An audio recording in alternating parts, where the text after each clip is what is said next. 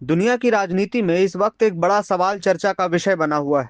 क्या इजराइल के प्रधानमंत्री बेंजामिन नेतन्याहू अगर संयुक्त राष्ट्र महासभा यानी यूएनजीए में हिस्सा लेने के लिए न्यूयॉर्क जाते हैं तो क्या उन्हें गिरफ्तार किया जा सकता है? इस सवाल ने अमेरिका, इजराइल और अंतर्राष्ट्रीय कानून को लेकर नई बहस छेड़ दी। अब इस पूरे विवाद पर अमेरिका के राष्ट्रपति डोनाल्ड ट्रंप ने बयान दिया है। ट्रंप ने साफ कहा कि अगर नेतन्याहू अमेरिका आते हैं तो उन्हें किसी भी हालत में गिरफ्तार नहीं किया जाएगा।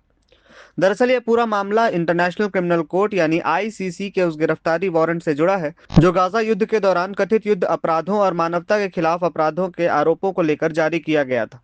आईसीसी का कहना है कि इन आरोपों की निष्पक्ष जांच होनी चाहिए, जबकि इजराइल लगातार इन आरोपों को राजनीति से प्रेरित बताते हुए खारिज कर रहा है।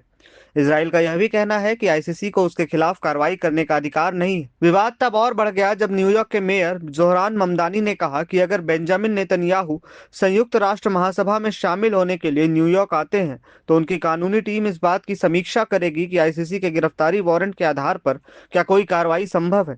इस बयान के सामने आने के बाद अंतर्राष्ट्रीय स्तर पर राजनीतिक प्रतिक्रियाएं शुरू हो गईं। इसी बीच राष्ट्रपति डोनाल्ड ट्रंप ने सोशल मीडिया पर पोस्ट करते हुए कहा कि बेंजामिन नेतन्याहू अमेरिका में पूरी तरह सुरक्षित रहेंगे और उनकी गिरफ्तारी का सवाल ही नहीं उठता। ट्रंप ने कहा कि अमेरिका अपने सहयोगी इजराइल के साथ मजबूती से खड़ा है और नेतन्याहू के खिलाफ किसी भी तरह की कार्रवाई का समर्थन नहीं करेगा। ट्रंप का यह बयान इसलिए भी महत्वपूर्ण माना जा रहा है क्योंकि अमेरिका लंबे समय से इजराइल का सबसे बड़ा रणनीतिक सहयोगी रहा है। अब सवाल है कि क्या अमेरिका आईसीसी के गिरफ्तारी वारंट को लागू करने के लिए बाध्य है? इसका जवाब है नहीं। अमेरिका आईसीसी का सदस्य देश नहीं है। उसने रोम संविधि पर हस्ताक्षर तो किए थे लेकिन उसे कभी मंजूरी नहीं दी। इसलिए अमेरिका पर आईसीसी के आदेशों को लागू करने की कानूनी बाध्यता नहीं। यही वजह है कि कई कानूनी विशेषज्ञों का मानना है कि केवल आईसीसी के वारंट के आधार पर अमेरिका में नेतन्याहू की गिरफ्तारी आसान नहीं होगी। हालांकि इस मामले में एक और पहलू भी है। संयुक्त राष्ट्र मुख्यालय न्यूयॉर्क में स्थित है और हर साल दुनिया भर के नेता वहां आयोजित महासभा में हिस्सा लेने पहुंचते हैं।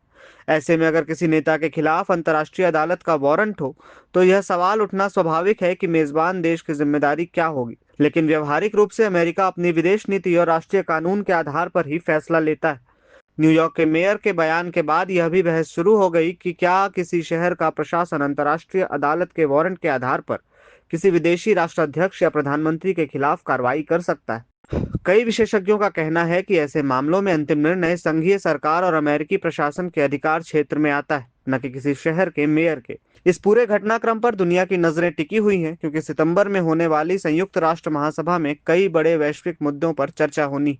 अगर बेंजामिन नेतन्याहू न्यूयॉर्क जाते हैं तो यह दौरा केवल कूटनीतिक नहीं बल्कि कानूनी और राजनीतिक दृष्टि से भी बेहद अहम माना जा रहा है। फिलहाल इतना साफ है कि आईसीसी के गिरफ्तारी वारंट, न्यूयॉर्क के मेयर के बयान और राष्ट्रपति डोनाल्ड ट्रंप की स्पष्ट प्रतिक्रिया ने इस मुद्दे को अंतर्राष्ट्रीय राजनीति के केंद्र में लाकर खड़ा कर दिया है। अब सबकी निगाहें इस बात पर टिकी हैं कि सितंबर में होने वाले यूएनजीए बैठक में नेतन्याहू शामिल होते हैं या नहीं, और अगर होते हैं तो यह पूरा विवाद किस दिशा में आगे बढ़ेगा। आप इस पूरे मामले पर क्या राय रखते हैं, हमें कमेंट बॉक्स में बताइए और तब तक देखते रहिए प्रभात खबर। शुक्रिया। प्रभात खबर .com, विश्वास वही, रफ्तार नहीं।